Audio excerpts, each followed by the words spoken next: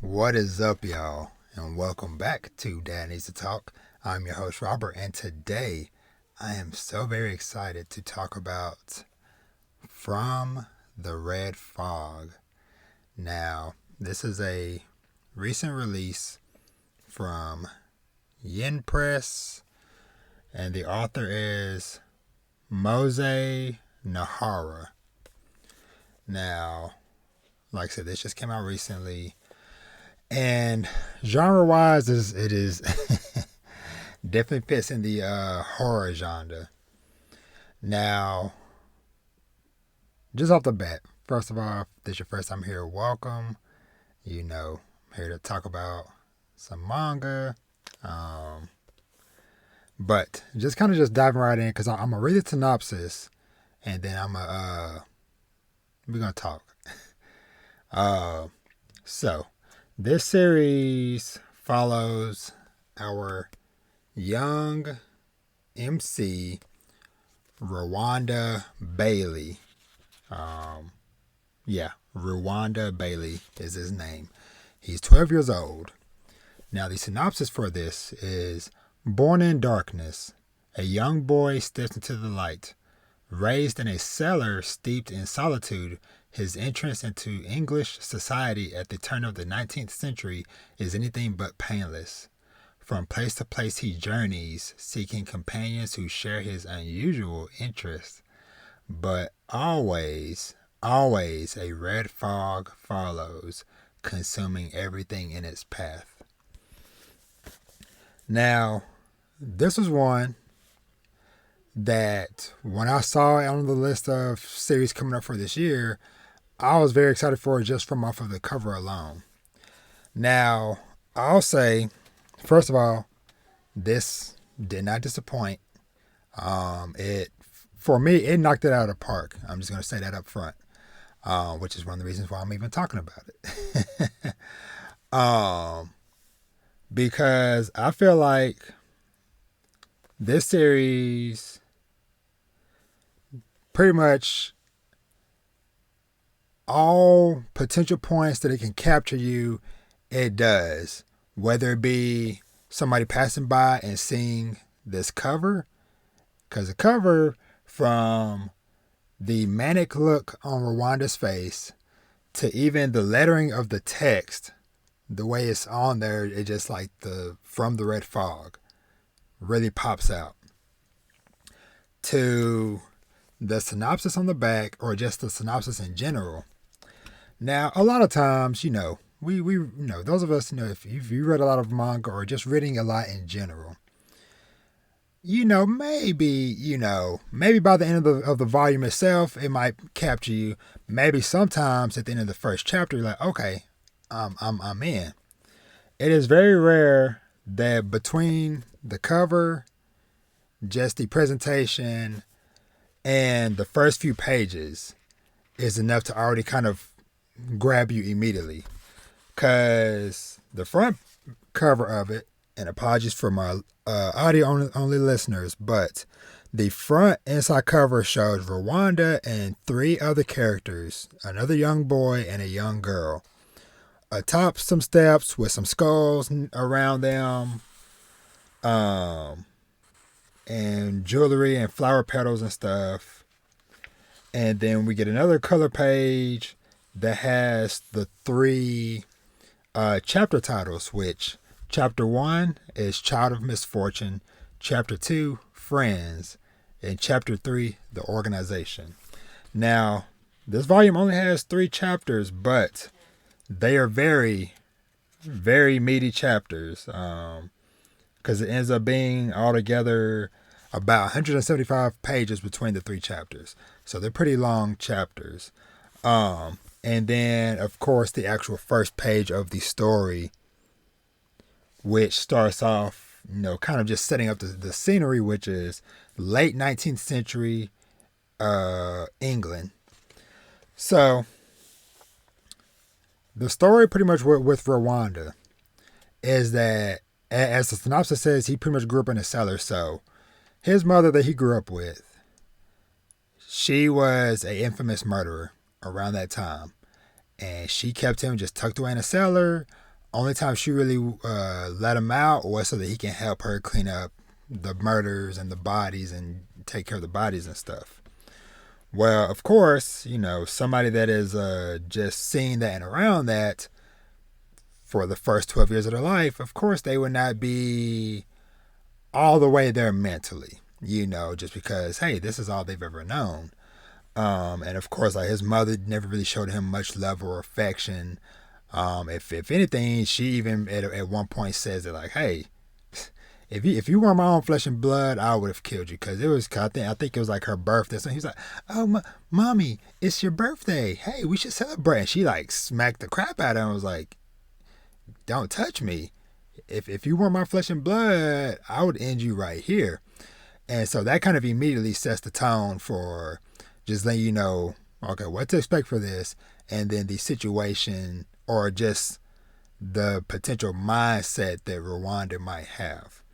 Now,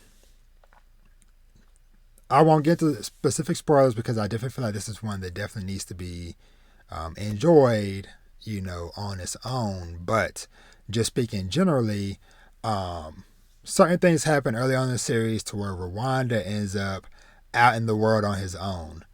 And so over the course of these chapters in this volume, we kind of follow him as he kind of goes to different places and meets and interacts with different people. But the bloodlust that he's just known growing up continues to reemerge, which kind of, that's kind of a little bit hinted at in the synopsis, with it talking about him journeying from place to place seeking companions who share his unusual interests. Because I'll just say the first chapter definitely kind of kicks things off in a way to where it was like, okay, yep. Just because it was like, man, it was okay. You was kind of in a good situation, but his bloodlust just couldn't be held, and so he ends up more or less kind of taking out a lot of people along the way of his journey. And it honestly, it is just kind of fascinating because it's been a while since I've gotten into a series to where I am following this type of main character. And granted, I don't really read a lot of horror style series and stuff like that as is. Now I do, read a lot of action and fighting and stuff like that. So it's not necessarily like, oh no, I don't read violent stuff, because I definitely do. Villain Saga's right there behind me, and so as I Am a Hero and some other, series and stuff. But still, just the way that this stuff just is presented, like I said, it just it feels weird to say because of the situation, but it's like it looks cool. Just like the way everything is just drawn and the art of everything, it just looks so raw and so visceral. And so like when Rwanda kind of goes into his crazed states, everything around him just kind of goes this kind of black and white, as he just like, even like the speech bubbles turn into like black and white, or reverse kind of black and white, black bubble with white text, is a better way to describe it. But yeah, it is just fascinating, like I said, just watching him travel from place to place, kind of finding out where he fits in, but kind of destroying things along the way. But later on, he kind of ends up with an organization of other assassins and killers and stuff like that.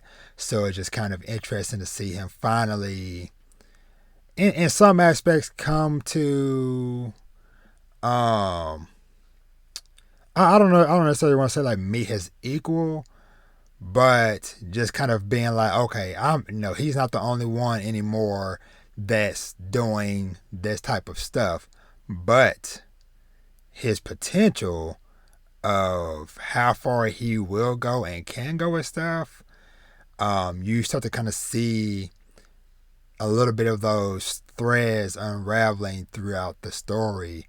And even with, like I said, some of these characters that he's meeting along the way, because there's a character from chapter 2, I'll just leave it at that, that I look forward to seeing what role they will play in, because it seemed like they were kind of maybe taking out the picture, but then it was like maybe not, especially because it's like, okay, like I said, just the way some things were hinted at or whatever.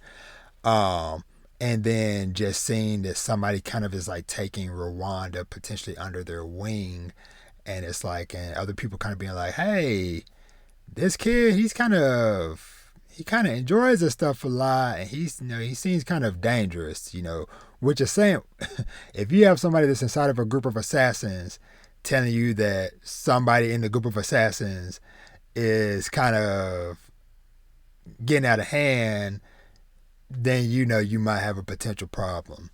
But like I said, that's kind of what really just like grips me, is just because like Rwanda is that type of character to where he is like, because of his lifestyle, he is just so cold-hearted.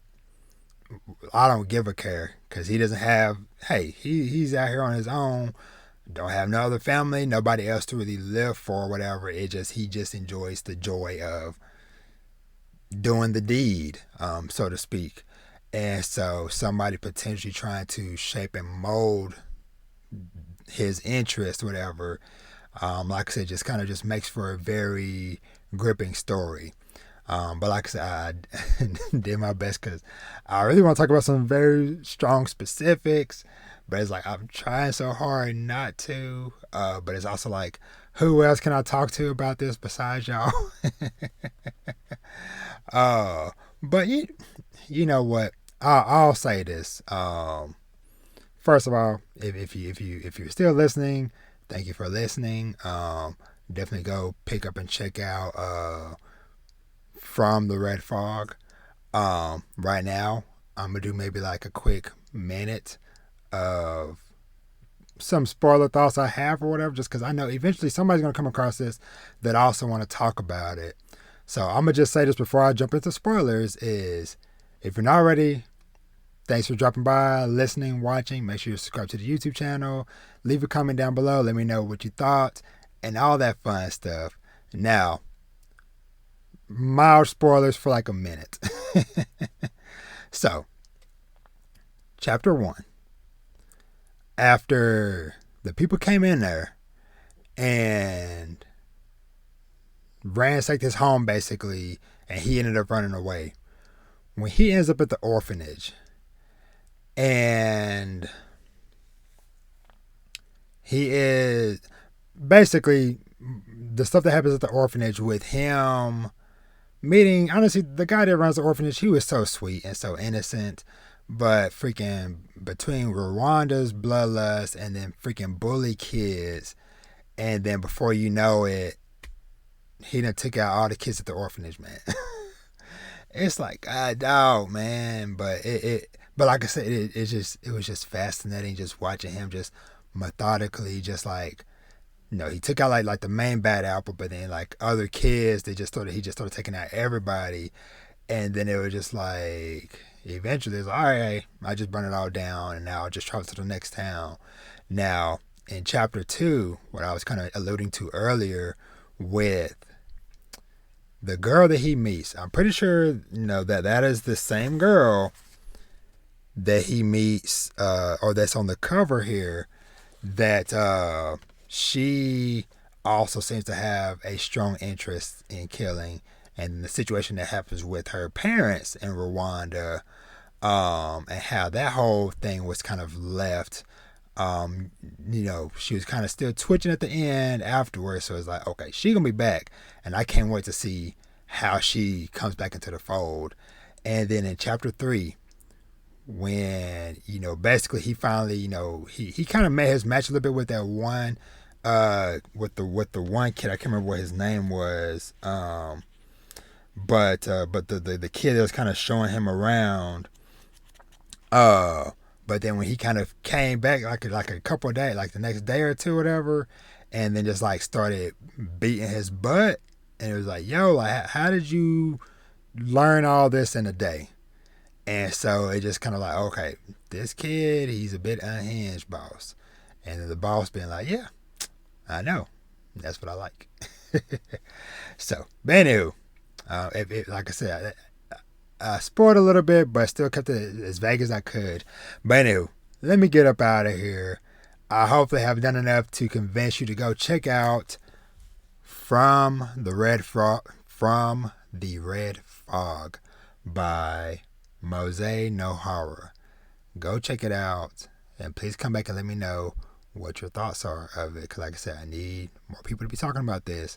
But it sucks. Like the next volume isn't coming out until freaking July, and I'm like, oh, and it's like I need to know what is going on. So we'll see if I can hold strong for the next volume, but I'll definitely be picking it up. So for sure in the summertime, maybe we're gonna be back talking about some Red Fog. But yeah, this one is one to keep your eye on. So go pick it up, go check it out, and let's talk about it. And so, like I said, with that, I am done. Like I said, if you stuck to the spoiler stuff, I greatly appreciate it. If you're not already, make sure to subscribe to both the YouTube channel as well as the podcast feed on wherever you get podcasts for the audio of this. And yeah, as always, treat yourself to something nice, read some manga, watch some anime, please play some video games, and live your best life. And I'll catch y'all in the next one. Go pick up Red Fog. Let's talk about it. Peace.